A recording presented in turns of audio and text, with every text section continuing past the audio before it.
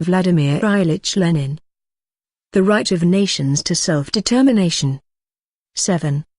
The resolution of the London International Congress, 1896.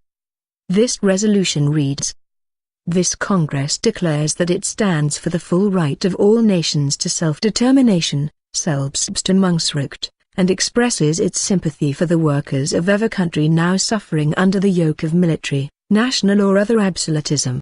This Congress calls upon the workers of all these countries to join the ranks of the class-conscious, class-robust, those who understand their class interests, workers of the whole world, in order jointly to fight for the defeat of international capitalism and for the achievement of the aims of international social democracy. See footnote 1. As we have already pointed out, our opportunists, Semkovsky, Liebman and Yurkevich, are simply unaware of this resolution. But Rosa Luxemburg knows it and quotes the full text, which contains the same expression as that contained in our program, viz., self-determination. How does Rosa Luxemburg remove this obstacle from the path of her original theory? Oh, quite simply, the whole emphasis lies in the second part of the resolution. Its declarative character, one can refer to it only by mistake. The feebleness and utter confusion of our author are simply amazing. Usually it is only the opportunists who talk about the consistent democratic and socialist points in the program being mere declarations, and cravenly avoid an open debate on them. It is apparently not without reason that Rosa Luxemburg has this time found herself in the deplorable company of the Semkovskys, Liebmans and Yurkeviches. Rosa Luxemburg does not venture to state openly whether she regards the above resolution as correct or erroneous. She shifts and shuffles as if counting on the inattentive or ill-informed reader, who forgets the first part of the resolution by the time he has started reading the second, or who has never heard of the discussion that took place in the socialist press prior to the London Congress. Rosa Luxemburg is greatly mistaken, however, if she imagines that, in the sight of the class-conscious workers of Russia, she can get away with trampling upon the resolution of the International on such an important fundamental issue, without even deigning to analyze it critically. Rosa Luxemburg's point of view was voiced during the discussions which took place prior to the London Congress, mainly in the columns of Die Neue Zeit, organ of the German Marxists. In essence, this point of view was defeated in the International.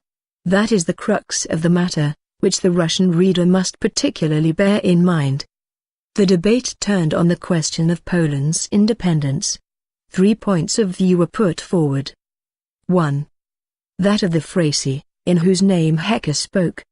They wanted the International to include in its own program a demand for the independence of Poland. The motion was not carried and this point of view was defeated in the International. 2.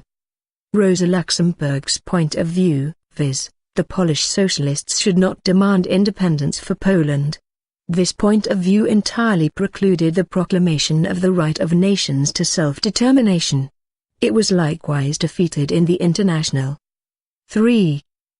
The point of view which was elaborated at the time by K. Kautsky, who opposed Rosa Luxemburg and proved that her materialism was extremely one-sided, according to Kautsky, the International could not at the time make the independence of Poland a point in its program, but the Polish socialists were fully entitled to put forward such a demand. From the socialists' point of view, it was undoubtedly a mistake to ignore the tasks of national liberation in a situation where national oppression existed.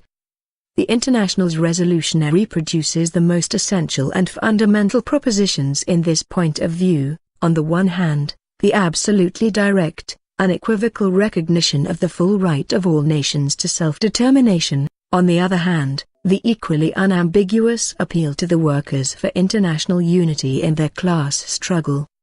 We think that this resolution is absolutely correct, and that, to the countries of Eastern Europe and Asia at the beginning of the 20th century, it is this resolution, with both its parts being taken as an integral whole, that gives the only correct lead to the proletarian class policy in the national question. Let us deal with the 3 above-mentioned viewpoints in somewhat greater detail. As is known, Karl Marx and Friedrich Engels considered it the bounden duty of the whole of West European democracy, and still more of social democracy, to give active support to the demand for Polish independence. For the period of the 1840s and 1860s, the period of the bourgeois revolutions in Austria and Germany, and the period of the peasant reform in Russia, see footnote 3, this point of view was quite correct and the only one that was consistently democratic and proletarian. So long as the masses of the people in Russia and in most of the Slav countries were still sunk in torpor, so long as there were no independent, mass, democratic movements in those countries, the liberation movement of the gentry in Poland assumed an immense and paramount importance from the point of view, not only of Russian, not only of Slav, but of European democracy as a whole. See footnotes 2 and 4. But while Marx's standpoint was quite correct for the 40s, 50s and 60s or for the third quarter of the 19th century, it has ceased to be correct by the 20th century.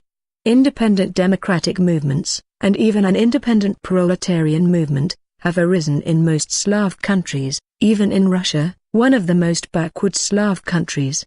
Aristocratic Poland has disappeared, yielding place to capitalist Poland. Under such circumstances Poland could not but lose her exceptional revolutionary importance. The attempt of the PSP, the Polish Socialist Party, the present-day Fracy, in 1896 to establish for all time the point of view Marx had held in a different epoch was an attempt to use a letter of Marxism against the spirit of Marxism. The Polish Social Democrats were therefore quite right in attacking the extreme nationalism of the Polish petty bourgeoisie and pointing out that the national question was of secondary importance to Polish workers, in creating for the first time a purely proletarian party in Poland and proclaiming the extremely important principle that the Polish and the Russian workers must maintain the closest alliance in their class struggle. But did this mean that at the beginning of the 20th century the International could regard the principle of political self-determination of nations, or the right to secede, as unnecessary to Eastern Europe and Asia? This would have been the height of absurdity, and, theoretically, tantamount to admitting that the bourgeois democratic reform of the Turkish, Russian and Chinese states had been consummated. Indeed it would have been tantamount, in practice, to opportunism, towards absolutism. No.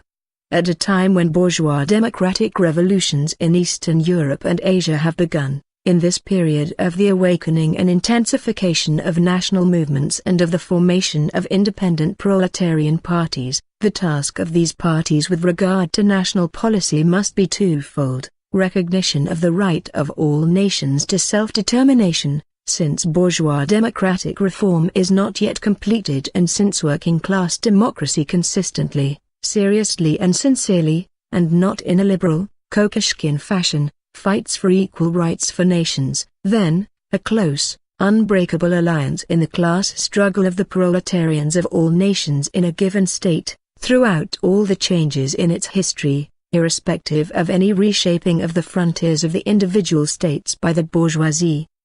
It is this twofold task of the proletariat that the 1896 resolution of the International formulates. That is the substance, the underlying principle, of the resolution adopted by the Conference of Russian Marxists held in the summer of 1913.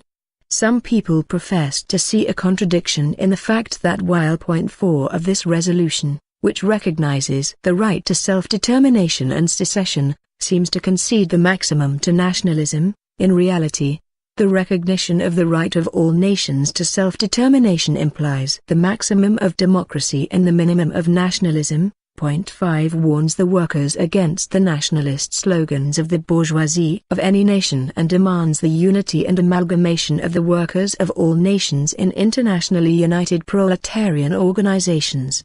But this is a contradiction only for extremely shallow minds, which, for instance, cannot grasp why the unity and class solidarity of the Swedish and the Norwegian proletariat gained when the Swedish workers upheld Norway's freedom to secede and form an independent state. Notes 1. See the official German report of the London Congress, Verhandlungen und Beschluss des Internationalen Sozialistischen Arbeiter- und Gewerkschaftskongresses zu London, von 27. July bis 1.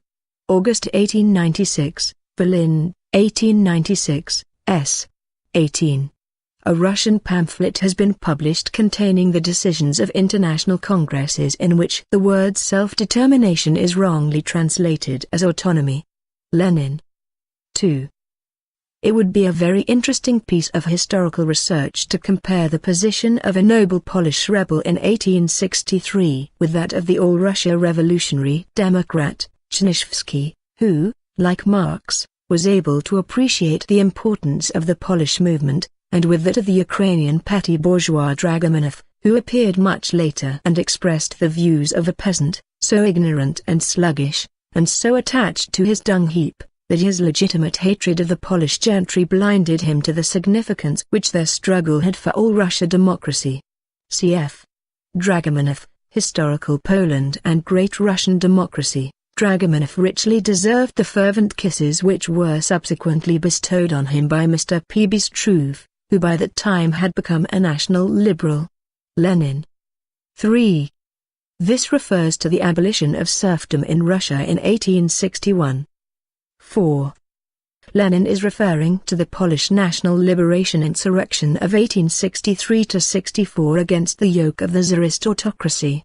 The original cause of the rising was the Tsarist government's decision to carry out a special recruitment aimed at removing the revolutionary-minded youth en masse from the cities.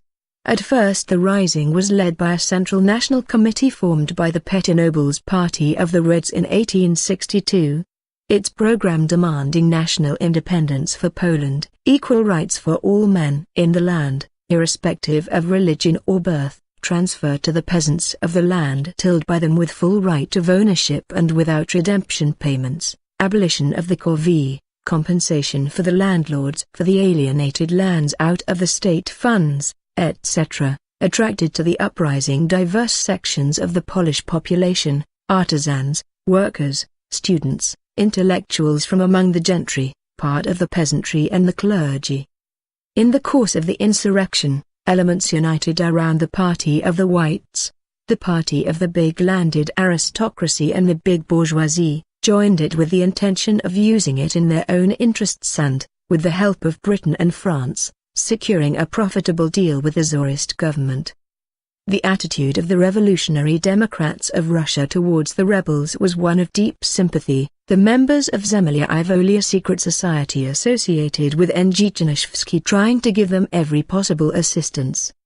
The Central Committee of Zemlya I Volia issued an appeal to the Russian officers and soldiers, which was distributed among the troops sent to suppress the insurrection. A.I. Herzen and N.P. Ogariev published a number of articles and colloquial devoted to the struggle of the Polish people, and rendered material aid to the rebels. Owing to the inconsistency of the party of the Reds, which failed to hold the revolutionary initiative, the leadership of the uprising passed into the hands of the whites, who betrayed it. By the summer of 1864, the insurrection was brutally crushed by the Tsarist troops. Marx and Engels, who regarded the Polish insurrection of 1863–64 as a progressive movement, were fully in sympathy with it and wished the Polish people victory in its struggle for national liberation. On behalf of the German emigrant colony in London, Marx wrote an appeal for aid to the Poles,